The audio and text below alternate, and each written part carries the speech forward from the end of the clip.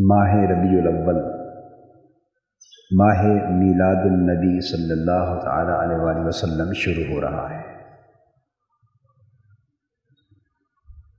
یہ اللہ کا فضل عظیم ہے جس نے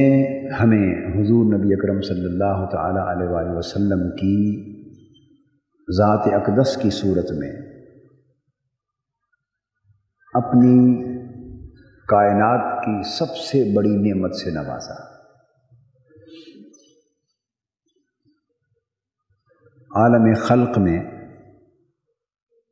اللہ جل مجدہ کی بے حساب نعمتیں، اور عالم امر میں بھی بے حساب نعمتیں، اگر عالم خلق و امر کی ساری نعمتیں جمع کی جائیں اور ان کی جملہ عظمتیں جمع کی جائیں تو نہ وہ ساری نعمتیں مل کر حضور علیہ الصلوۃ والسلام کی نعمت عظمیٰ کے برابر ہو سکتی ہیں، اور نہ ان ساری نعمتوں کی عظمتیں مل کر عظمت مصطفیٰ کے برابر ہو سکتی ہیں صلی اللہ تعالی علیہ وآلہ وسلم۔ سو حضور علیہ الصلوۃ والسلام کی ولادت باسعادت، آپ کا میلاد پاک اس امت کے لیے ہی نہیں بلکہ پورے عالم انسانیت کے لیے اللہ جل مجدہ کا ایک انعام عظیم ہے۔ یہ وجہ ہے کہ ماہ ربیع الاول جب آتا ہے، ماہ میلاد النبی صلی اللہ تعالی علیہ وآلہ وسلم، تو یہ امت مسلمہ کے لیے خوشیوں کا مہینہ بن کے آتا ہے، کیف و سرور کا مہینہ بن کے آتا ہے، حلاوت ایمانی اور کیفیات وجدانی کو تازہ کرنے کا مہینہ بن کے آتا ہے۔ میں اس مبارک مہینے کے آمد پر آپ تمام احباب کو مبارکباد پیش کرتا ہوں، اور اللہ جل مجدہ کے حضور دعا گو ہوں کہ وہ ذات پاک اس مبارک مہینے کی رحمتوں اور برکتوں سے اور سعادتوں سے اور اس کی نعمتوں سے ہم سب کو مالا مال فرمائے، اور ساتھ یہ کہ اس مہینے میں اور خاص طور پر 12 ربیع الاول تک اور اس کے بعد بھی جہاں جہاں ہو سکے، جس قدر ہو سکے، اپنے گھروں میں جس سطح پر، جس پیمانے پر بھی ممکن ہو، حضور علیہ الصلوۃ والسلام کے میلاد پاک کی خوشی میں محفلیں منعقد ہونی چاہیے۔ ایمان کو اور روح کو ساتھ ہی ساتھ تازگی کی بھی ضرورت قائم اور دائم رہتی، جوں کی توں رہتی۔ سو جس پیمانے پر بھی ہو، نعت پڑھنے والے احباب، حضور علیہ الصلوۃ والسلام کا پیارا پیارا ذکر کرنے والے احباب، آپ کے فضائل، محامد اور محاسن بیان کرنے والے احباب، حضور کے حسن و جمال کے تذکرے کرنے والے احباب جہاں بھی ملیں تو ایک محفل ہر گھر میں ضرور منعقد ہونی چاہیے۔ اور دوسرے یہ کہ اس پورے مہینے میں صلاۃ و سلام کی صدائیں فضاؤں میں گونجتی رہنی چاہیے، ہر گھر میں، ہر گلی میں، ہر کوچے میں، ہر محلے میں، ہر سو صلاۃ و سلام کی صدائیں گونجیں، تاکہ لوگ دیکھیں اور سنیں کہ مسلمان حضور نبی اکرم صلی اللہ تعالی علیہ وآلہ وسلم کی ولادت باسعادت کی اس عظیم نعمت پر خوشیاں منا رہے ہیں۔ اور انشاءاللہ تعالی آپ سے بھی درخواست کہ 2-3 دن میلاد پاک کی رات کے آگے اور پیچھے اللہ پاک جس کو توفیق دے وہ چراغاں بھی کرے، ارد گرد گلیوں پر جن کے مکانات ہیں، حسب سابق پورے اہتمام کے ساتھ اور ذوق و شوق کے ساتھ اپنے گھروں کو 9 ربیع الاول سے لے کر 12-13 ربیع الاول تک 4 دن کے لیے چراغاں کریں، تاکہ گلیاں، مکانات دلہنوں کی طرح سجی ہوئی نظر آئیں، مرچیں لگائیں، کمکمیں لگائیں، جھنڈیاں لگائیں۔ اور میں ہمیشہ کہا کرتا ہوں کہ اپنے بچوں کو اس طرف ترغیب دیں۔ حضور علیہ الصلوۃ والسلام نے فرمایا، علموا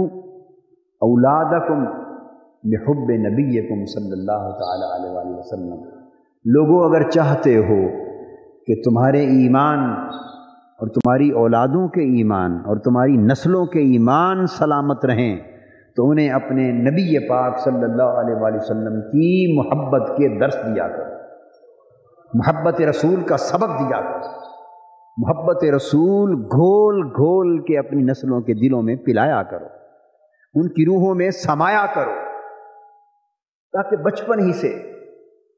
ان کی نشو و نما، ان کی تربیت، ان کی پرورش، ان کی فکر کی پرورش، ان کی سوچ کی پرورش، ان کے ذوق ایمانی کی پرورش، ان کے ذوق فکری کی پرورش، ان کے ذوق علمی کی پرورش اس انداز کے ساتھ ہو کہ رگ رگ میں، ریشے ریشے میں عشق رسول سما جائے، محبت رسول سما جائے اور ادب رسول سما جائے، یہ ان کا سونا جاگنا اوڑھنا بچھونا بن جائے۔ گویا ایمان کے پودے کو اور ایمان کے درخت کو عشق رسول، محبت رسول اور ادب رسول کا پانی اتنی کثرت سے دیا جائے کہ اس کی رگ رگ اور ریشے ریشے میں یہ چیز رچ بس جائے، پھر ایمان تمہارا اگلی نسلوں کا محفوظ ہوگا اور نسلاً بعد نسل محفوظ تر رہے گا۔ اور یہ ماہ ربیع الاول میں اس ذوق کو زندہ کرنا، اس عمل کو زندہ کرنا، اس معمول کو قائم و دائم رکھنا اور اپنے بچوں کے ذریعے قائم رکھنا،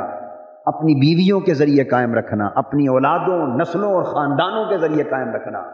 اپنی گلیوں میں، اپنے گھروں میں اور اپنے محلوں میں قائم رکھنا، اس کا اہتمام کرنا، میں یقین سے عرض کر رہا ہوں کہ یہ اہتمام اولادوں اور نسلوں کے اندر محبت رسول کو منتقل کرنے کا بہترین ذریعہ، اس سے بہتر شکل کوئی نہیں۔ اپنے نبی سے محبت کرنا ہے، اپنے رسول سے محبت کرنا ہے، اپنے آقا سے محبت کرنا ہے، جن پر ایمان لانے سے ہم مسلمان ہوئے، جن کے تعلق سے ہم مسلمان ہوئے، جن کی نسبت سے ہم مسلمان ہوئے، اور جن کے دم سے اور جن کی نسبت سے، جن کی برکت سے ہمیں مسلمانی کی نعمت ملی، تو ہمیں شعور ملا کہ پاکستان کا مقصد کیا، لا الہ الا اللہ، یہ اسی نسبت کا شعور تھا۔ جو وقت اسلام کی تاریخ میں آگے گزرتا جا رہا ہے، مادیت کا غلبہ ہوتا جا رہا ہے، انفرادی طور پر نفسانیت کا غلبہ ہوتا جا رہا ہے، اور فکری، ذہنی اور اجتماعی سطح پر مادیت کا غلبہ ہوتا جا رہا ہے۔ لوگ ایمانی قدروں کی اہمیت کو بھولتے جا رہے ہیں، روحانی قدروں کی اہمیت کو بھولتے جا رہے ہیں، اور جب وقت ہوتا ہے ان قدروں کو سنبھالا دینے کا، ہم توجہ نہیں کرتے، صرف نظر کرتے ہیں، درگزر کرتے ہیں، غفلت کرتے ہیں، اور جب وقت گزر جاتا ہے اور نقصان کا وقت آتا ہے تو پھر پشیماں ہوتے ہیں۔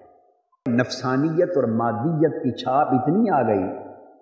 کہ اب ہر بات کے اندر ایک دجل ہے، فریب ہے، عیاری ہے، مکاری ہے اور منافقت۔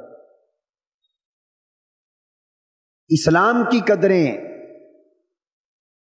ایمانی اور روحانی قدریں بھی اسی نفسانیت اور مادیت کی گرد میں دبی جا رہی ہیں۔ اس طرح ملک کی بقا اور سلامتی کا تقاضا یہ ہے کہ ہر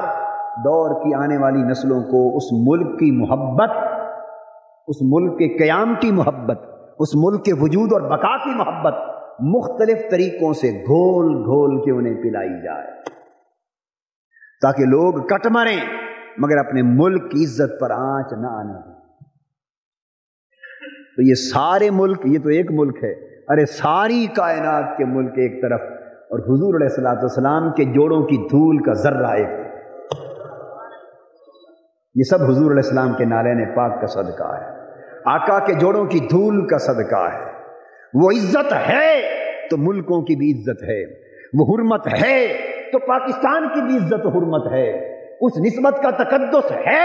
تو پھر ہماری مسلمانی بھی ہے، اور اس نسبت کا تقدس نہیں تو پھر کوئی شے نہیں۔ سب سے پہلے نئی ویڈیوز کو حاصل کرنے کے لیے شیخ الاسلام ڈاکٹر محمد طاہر القادری کے آفیشیل یوٹیوب چینل کو سبسکرائب کریں اور بیل آئیکن کلک کریں۔